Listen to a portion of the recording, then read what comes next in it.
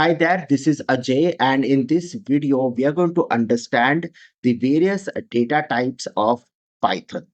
Also, in this video, we're going to understand what we mean by mutable and immutable variables.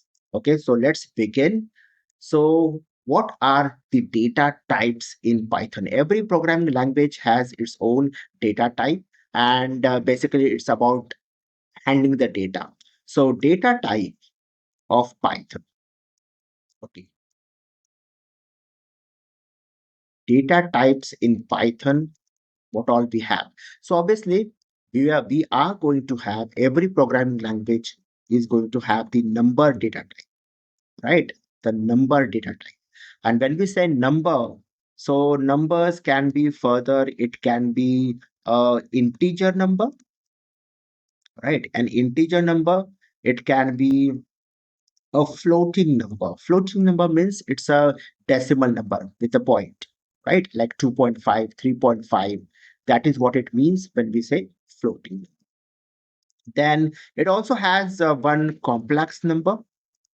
A complex number basically used for scientific calculations. So it's something like A plus B, J. That's the format. And we are not going to much use about this, at least in this course. But yes, we do have the complex number in Python as well. Okay. So these are the numbers. And then you can also say numbers like we also have a Boolean. And I'm keeping that under the number because Boolean means it means true slash false. It basically means true and false. So true basically it represents number one, false it represents number zero. So it's kind of that way. So I put it under numbers. So Boolean. So integer numbers, floating numbers, complex numbers. So these are the numbers that we can handle, and we have the complex number as well and the Boolean. Okay. Next is we obviously have strings. Every programming language will handle the strings. So what we have done in the first program, that was the print function. In that we had something under the double quotes or the single quotes. So that becomes the string. And in fact, those are called as literals because those are direct constants. Okay. In a programming language, like, constants are called as literals. Please understand that, and we will come up again to that. Okay. So strings we can handle.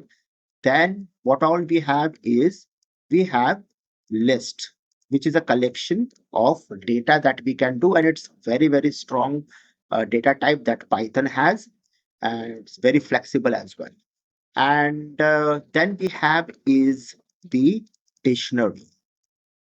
Even again, this is one of the most effective and very, very powerful. I've been using this data types very effectively, and it's very easy to use. These is also is a collection data type, and then what we have is tuples, and then we have is sets. So these are the basic data types in Python. So if the question comes in the interview, what are the data types in Python? So we have the numbers, we have strings, list, dictionary, tuples, sets. These are the data types in Python. Now let me tell you over here, number number is immutable, and we're going to understand that. Okay, it's immutable data type. Immutable means it cannot be changed, and we're going to understand that how it is. Okay, string is also immutable. It is also immutable.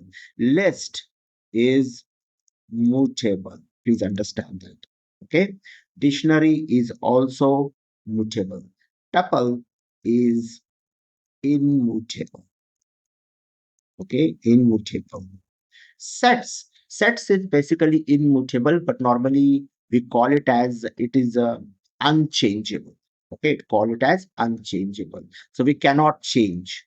And why is that? We will understand that in the future. Okay, cannot change. So basically, it is immutable. You can say that. Okay. So these are the mutable and immutable data types. So what are the immutable data types in Python? You can straight away say numbers, strings, tuples, right? And sets is unchangeable, cannot change. So these are the immutable data types of Python. And if the question comes, what are the mutable data types? So those are list and dictionaries. Okay. So now we are going to understand what exactly mutable and immutable means. And I'm going to shift this aside.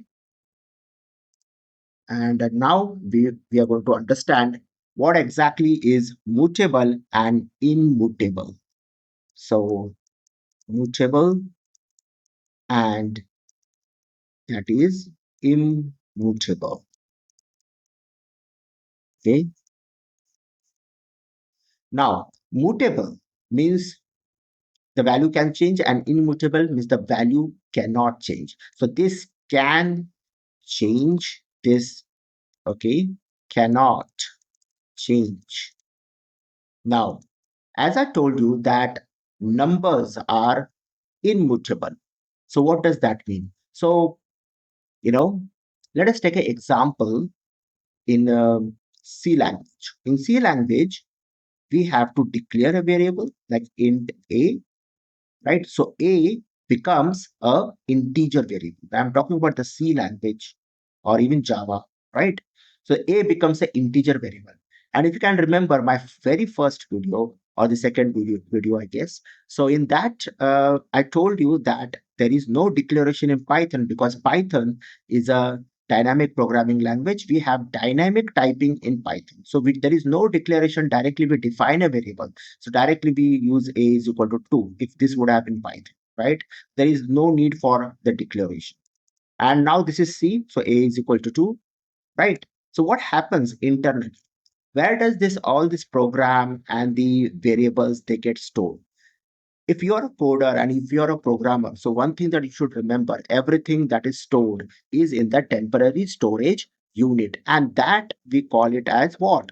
We call it as RAM, which is used for the program execution. So all these variables that you declare, these variables get a memory location in the RAM. You can say that, right? So what happens internally? There will be a memory block of maybe 2 bytes or 4 bytes for integer variable, and maybe there is an address. Every memory block has a address, and the name to this will be given as a. Okay, and the content of this memory block will be 2. Okay, so that is how it happens in C language. Okay, now when we talk about Python, what happens in Python is when we say a, we define a is equal to 2. So obviously there will be a memory block and it will be 1024, the address. And what happens, this is not the memory block which has the name a. A is simply pointing to this block. A is simply pointing to this block, and that is the difference. Okay, and the content, okay, is it contains the value 2.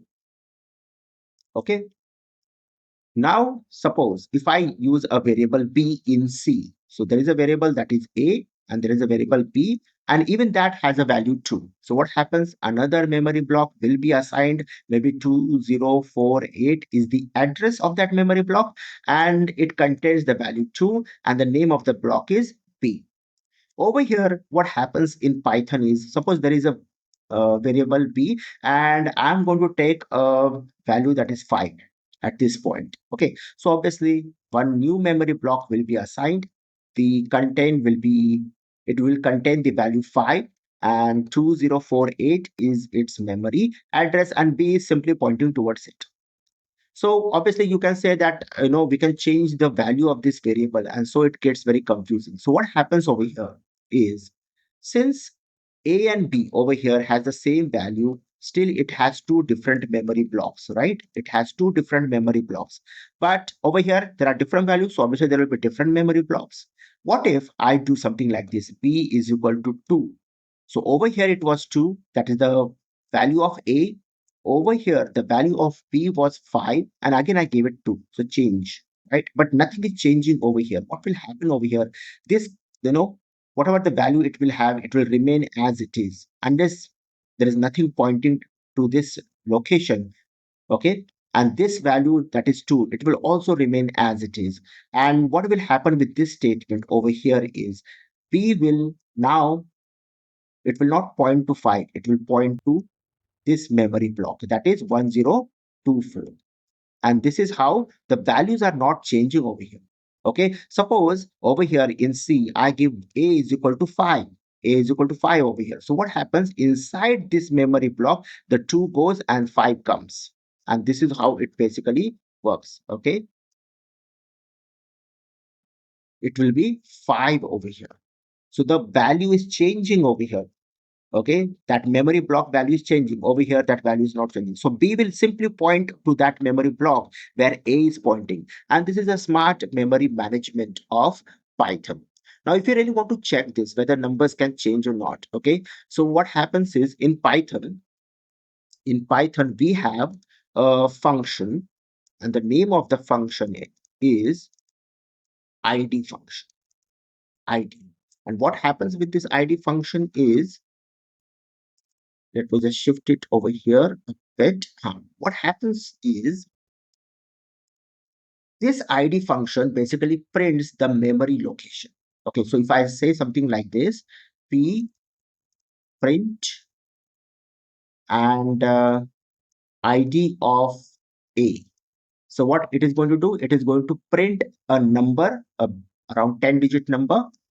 So for example, I'm taking number as 1028. This is just an example. It will be around 10-digit number. Okay. So it is going to print 1028 over here with this particular statement. Okay, means for this statement. And after that, I give this ID of A. So it will print 1024. Okay. And then when I give B is equal to 5 and I do ID of B, so it will print, maybe the memory location was 2048. Okay. But when I give the value 2 again, means you can say that I'm changing the value over here, right? But internally, B will simply point to that memory block where A is pointing. And A is pointing to the memory block that is 1028. So now if you use that function that is B, okay, B, both of them will print the value that is 1028. So what does this mean? This means both the variables are pointing to the same memory block. And this is what we mean immutable variables. So we cannot change the memory blocks that contain the value, that cannot be changed. A and B, the variables simply will point to those memory block. And using the ID function, we can actually display the memory location, the memory address. And so we'll come to know whether it is working, whether it is pointing to the same location or not. Okay, now to just to okay cross check this, what we are going to do is we are going to go shift to Python, and here it is. Yeah, just okay. I hope this is visible. Just a minute, I have to change over here. Now we have changed it. Okay. So now this was the previous thing that we had done. Now let us just give the value, that is A. A is equal to 2. And please understand, I'm giving a space like A space equal to space 2 because the code looks very cleaner, right? I can also do it. There is no need of space, A equal to 2. But then, yes, when you have a very long code, then it doesn't look good. So I always prefer to give a space. So A space equal to space 2. But the space is not required. That space that is between the equal to. Okay. Okay. And then I will have variable B as well. And then I'm going to use the print function. Please understand this print function, that P is small. Okay, maybe when I'm writing, it feels like it's a capital P, but this P is small. And Python is a case sensitive language. Okay, so I will tell you that in future also. But yes, it is a case sensitive. Capital and small are treated differently. So this is small p. Now I'm going to print that function that we are going to use is id, and then I'm going to print again the id of b. Okay, and now if you run this code, you can see what happens over here. That is the terminal. Yes, over here. Okay, you can see that both the numbers, okay, since B is 2, A is 2, you can see both the numbers are equal. That is 9848. Last four digits you can compare and you can see, right? But if this would have been 5, and now if I run this, you can see it went wrong. Okay, just a minute. Over here. Okay, so now you can see, I will just clear it and run this one more time, and now you can see the two numbers are different numbers over here. This is 2232 and 2328. So these are different numbers. So A and B are pointing to different memory locations, but if they have the same value, now they are going to point to the same memory location. Now it is 2232. Both the numbers you can see, they are absolutely the same. So I hope this concept is clear to you. And so this is what exactly mutable. This is what exactly mutable and immutable variable means. Okay, so I'm stopping here, and in the next video, we're going to understand the strings, the numbers, and more about it. Okay, thank you so much.